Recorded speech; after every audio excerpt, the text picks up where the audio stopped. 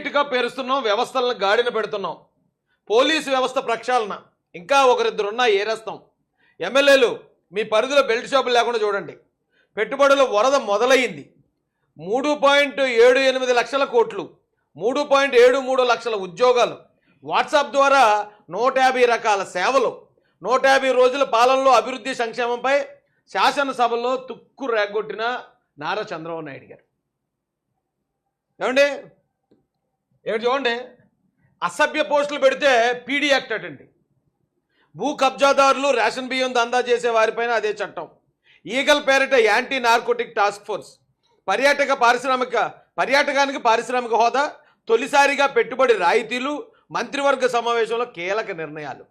ఏమండి అసభ్య పోస్టులు పెడితే పీడీ యాక్ట్ పెడతానని ది గ్రేట్ నారా చంద్రబాబు నాయుడు గారు ఈ వైసీపీ సైకోలకి, సోషల్ మీడియా సైకోలకి చాలా స్ట్రాంగ్ వార్నింగ్ ఇచ్చారండి. ఎందుకంటే ఇప్పుడు చాలామంది ఒకసారి జైలుకి వెళ్ళి వచ్చేస్తే మళ్ళీ మొదలెడదాంలే, ఎందుకంటే వాళ్ళ ఉపాధి అండి అది. వాళ్ళు అలాంటి పోస్టులు పెట్టి ఎదుటి పార్టీలు అంటే టీడీపీ, జనసేనలో ఉన్న మహిళల్ని తిడితేనే వాళ్ళ అకౌంట్లో డబ్బులు పడతాయి, రోజు గడుస్తుంది. ఇలాంటి నేరస్తులను మరి కట్టడి చేయాలంటే పీడీ యాక్టే కరెక్ట్. ఎందుకంటే పీడీ యాక్ట్ ఎవరి మీద పెడతారు? కంటిన్యూగా నేరాలు చేసే వాళ్ళ మీద పెడతారు. మరి ఇవి కూడా కంటిన్యూగా నేరాలే కదండి. ఇలా నేరాలు చేసే వాళ్ళ మీద పీడీ యాక్ట్ పెట్టడం అంటే సంవత్సరం పాటు బెయిల్ రాదు, ఇంకా అయిపోయినట్టే సినిమా. ఎప్పుడైతే పీడీ యాక్ట్ పెట్టే ముందు రౌడీ షీట్ కూడా ఓపెన్ చేసి వస్తారు. కంటిన్యూగా నేరాలు చేసే వాళ్ళ మీద ఓపెన్ చేస్తారు, రౌడీ షీట్ అన్నా పీడీ యాక్ట్ అన్నా కూడా. చంద్రబాబు నాయుడు గారు ఆంధ్రప్రదేశ్లో ఉన్న మహిళల మాన ప్రాణాల కోసం మాత్రం చాలా కట్టుదిట్టమైన చర్యలు తీసుకున్నారని ఈ పీడీ యాక్ట్ అనే ఈ ప్రకటన ద్వారా మనం అర్థం చేసుకోవచ్చు. ఎందుకంటే వారింట్లో మహిళల్ని దూషించినా, అలాగే రాష్ట్రంలో ఎవరింట్లో మహిళలను దూషించినా అదే చట్టం వర్తించేలా ఈ రోజున రాష్ట్రంలో ఉన్న వాళ్ళందరూ కూడా నా పిల్లలతో సమానం అనేది ప్రజలందరికీ తెలియజేసేయండి పెద్ద ఆయన. ఈరోజు ఇంకొక సూపర్ డూపర్ స్టేట్మెంట్ ఏంటంటే, వచ్చే 10 ఏళ్ళు సీఎంగా చంద్రబాబు కొనసాగాలి, 150 రోజుల పాలనలో భవిష్యత్తుపై విశ్వాసం, ఈ స్ఫూర్తిని కొనసాగించండి ఉప ముఖ్యమంత్రి పవన్ కళ్యాణ్ గారు.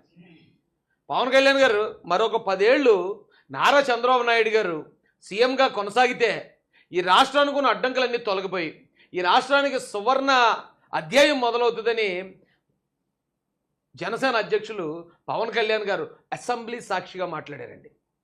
ఆ వివరాల్లోకి మనం ఆ వీడియో వివరాల్లోకి వెళ్దాం. నేను గతంలో కూడా చెప్పానండి, చంద్రబాబు నాయుడు గారితో ఒకసారి మాట్లాడితే, ఆయన దగ్గర నుండి చూస్తే, ఆయన విధి విధానాలు గమనిస్తే ఎవరన్నా ఆయనకి ఫ్యాన్ అయిపోతారండి. హార్ట్ఫుల్గా చెప్తున్నాను నేను. ఇది రాజకీయాలు పక్కన పెడదాం, పదవులు పక్కన పెడదాం, అవన్నీ పక్కన పెడితే అసలు ఆయన వ్యక్తిత్వం చూస్తే, ఆయన అందరి గురించి ఆలోచించే విధానం చూస్తే ఖచ్చితంగా ఎవరైనా ఆయనకి ఫ్యాన్ అవుతాం. మొన్నటి వరకు జనసేన పార్టీలోని కొంతమంది సోదరులు పవన్ కళ్యాణ్ గారిని ఆయన విశ్వసనీయతను శంకించేవారు. మీరు చంద్రబాబు నాయుడు గారితో ఇదైపోతున్నారు, చంద్రబాబు నాయుడు గారికి మీరు బానిస, ఏదో రకరకాల మాటలు, ఇప్పుడు అవన్నీ గుర్తు చేయడం అప్రస్తుతం.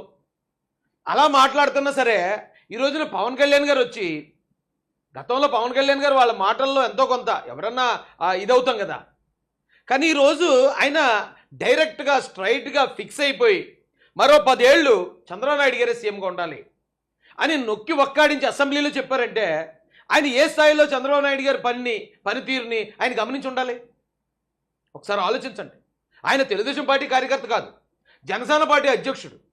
జనసేన పార్టీ అధ్యక్షుడు నారా చంద్రబాబు నాయుడు గారిని మరో 10 ఏళ్ళు మీరే కొనసాగండి అన్నారంటే ఆయన చంద్రబాబు నాయుడు గారు ఏ స్థాయిలో ఈ రాష్ట్రం కోసం పనిచేస్తున్నారు. ఆయన అలా అనాలన్నా కూడా చాలా గొప్ప మనసు కావాలి. పవన్ కళ్యాణ్ గారికి కూడా హృదయపూర్వక ధన్యవాదాలు తెలియజేస్తున్నామండి. మీరు ఒక పార్టీ అధ్యక్షులు అయ్యి ఉండి ఏమాత్రం ఈగోగులకు పోకుండా, ఏమాత్రం ప్రెస్టేజ్లకు పోకుండా పెద్ద ఆయన ఉంటే, మనందరికీ ఇంట్లో పెద్ద ఆయన లాంటోడు, ఈ రాష్ట్రానికే ఒక పెద్ద దిక్కైన చంద్రబాబు నాయుడు గారు ఆయన కొనసాగితే బాగుంటుందని మిమ్మల్ని మీరు తగ్గించుకుని చంద్రబాబు నాయుడు గారి గురించి వాస్తవాలు బయట తీసుకొచ్చారు చూడండి. Heads of sir. ఎందుకంటే మేము కూడా గతంలో చంద్రబాబు నాయుడు గారిని అలాగ అపార్థం చేసుకున్న వాళ్ళమే. కానీ ఆయన దగ్గర నుంచి చూసి ఆయన నిర్ణయాలు, ఆయన అందరి కోసం మాట్లాడే విధానాలు చూసాక మేము ఆయనకి ఫ్యాన్ అయిపోయాం. రానున్న 30 సంవత్సరాలు దేవుడు ఆయుషిస్తే చంద్రబాబు నాయుడు గారి నాయకత్వం కోసం పనిచేయాలని స్ట్రాంగ్గా ఫిక్స్ అయిపోయి ఉన్నామండి. స్ట్రాంగ్గా.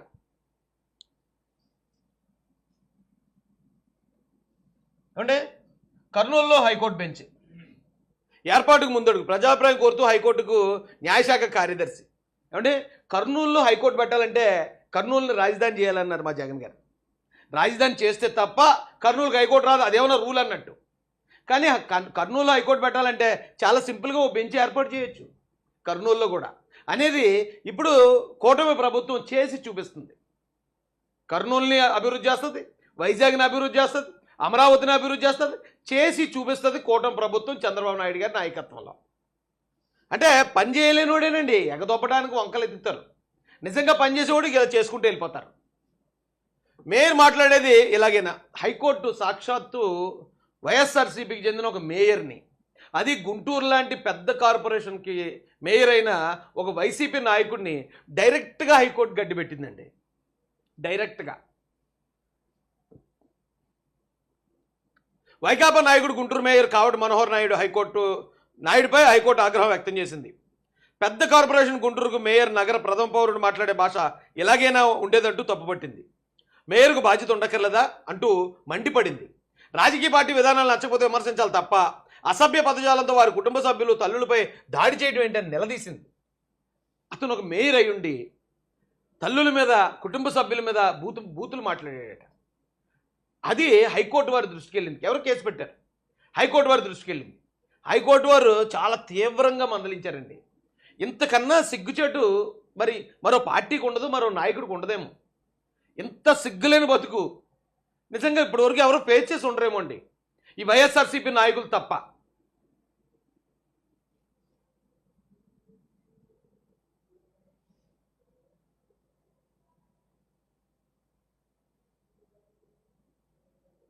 ఈరోజు హెడ్లైన్స్ ఇవే అండి.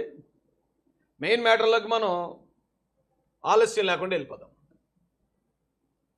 ఇంకొక హాట్ న్యూస్ ఉందండి. పోసాని కృష్ణమురళి గారు రాజకీయాలకు గుడ్ బై చెప్పారట. గుడ్ బై చెప్పి ఇక నుండి నేను రాజకీయాలు మాట్లాడను అని చేతులు జోడించి చంద్రబాబు నాయుడు గారికి రిక్వెస్ట్ చేస్తున్నాడు. నాకు పోసాని కృష్ణమురళి మీద చాలా కోపం, చాలా చిరాకు, చాలా అసహ్యం. ఎందుకంటే అతను ఒక స్థాయి రైటరు, ఒక స్థాయి సినిమా డైరెక్టరు, అందరి అభిమానం పొందిన వ్యక్తి. మెంటల్ కృష్ణగా అందరూ ముద్దుగా పిలుచుకుంటాం అతన్ని. అతని యాక్టింగ్ కూడా చాలామందికి నచ్చేది. కానీ అలాంటోడు కూడా వైసీపీలో చేరిన తర్వాత నీచమైన భాష, నీచమైన విధానాలతో ముందుకొచ్చాడు. ప్రజలందరి ఆగ్రహానికి, అసహ్యానికి గురయ్యాడు. ఎందుకు అతను సాధించింది ఏమైనా ఉందంటే ఏదో సంథింగ్ దానికి ఒక చిన్న చైర్మన్ పోస్ట్ ఇచ్చాడు జగన్మోహన్ రెడ్డి. ఆ చైర్మన్ పోస్ట్ కోసం చంద్రబాబు నాయుడు గారిని, లోకేష్ గారిని, బాలకృష్ణ గారిని, కమ్మ కులాన్ని, పవన్ కళ్యాణ్ గారిని, వాళ్ళ ఇంట్లో తల్లిని, చెల్లిని ఇక నానా మాటలు మాట్లాడాడండి. ఇప్పుడు ఎవడో ఒక ఐపాక్ టీంలో పనిచేసే ఒక 25 సంవత్సరాల కుర్రాడు ఆడేదో ఫుడ్ కోసం తప్పక తిట్టాడు అంటే అర్థం చేసుకోవచ్చు, ఎంతో కొంత అర్థం చేసుకున్నాడు. ఏదో బతకడానికి ఫోన్లే ఎదవలో గంజాయి కొట్టేసి లేదా మందు తాగిన మత్తులో ఎదవలు ఎలా ఏడ్చినట్టున్నారో, ఒక 50 రోజులు జైల్లో పడితే 10 రోజులు జైల్లో పడితే వాళ్ళే మారుతారులే ఎదవలో అనుకోవచ్చు. కానీ ఇతనికి ఏం పోయగలవండి?